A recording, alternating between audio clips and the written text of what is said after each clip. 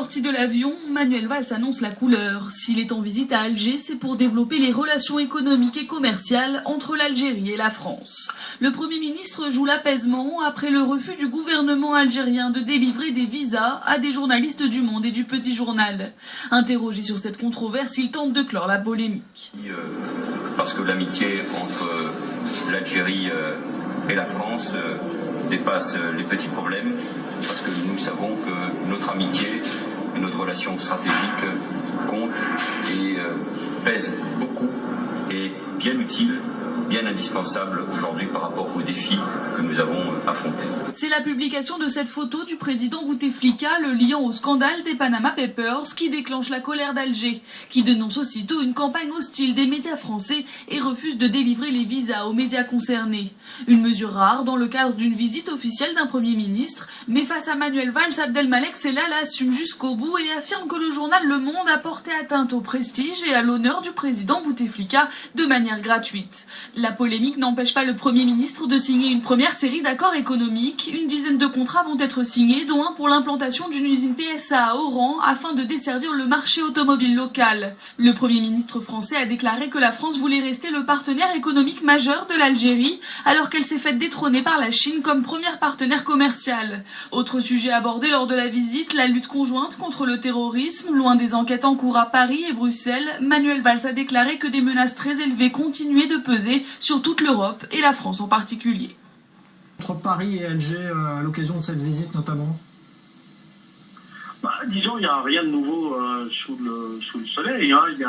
Les relations algéro-françaises ont toujours été en dents de scie. Et je dirais, du côté algérien, toutes les situations sont bonnes pour être récupérées et pour créer, je dirais, une tension afin de probablement peut-être mettre la pression aussi sur les autorités françaises d'une certaine manière, parce que ils sont habitués de ce point de vue-là à retourner des situations. Parce que de quoi s'agit-il?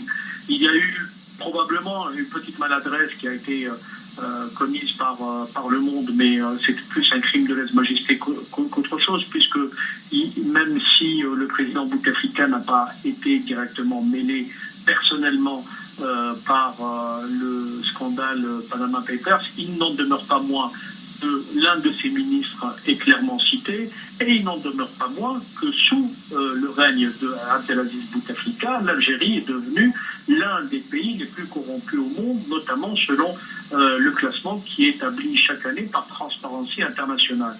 Donc, je dirais, c'est pas le journal Le Monde qui fait ou qui cause une atteinte à l'image de l'Algérie ou du président algérien. Ceux qui causent un véritable problème pour, je dirais, l'honneur et la considération et des Algériens et de l'Algérie, c'est d'abord tous ces dirigeants politiques qui ont fait de la corruption un art de vivre et un art de diriger le pays, une manière de diriger le pays, et ce depuis plusieurs années. L'Algérie, quoi qu'on puisse en dire, est malheureusement l'un des pays les plus corrompus, en tout cas le système politique qui le gère est l'un des systèmes les plus corrompus au monde aujourd'hui, et c'est là un secret de polichinelle. Alors justement, on a vu que Manuel Valls était un petit peu embarrassé par cette affaire des visas, parce qu'il y a aussi des contrats économiques en jeu.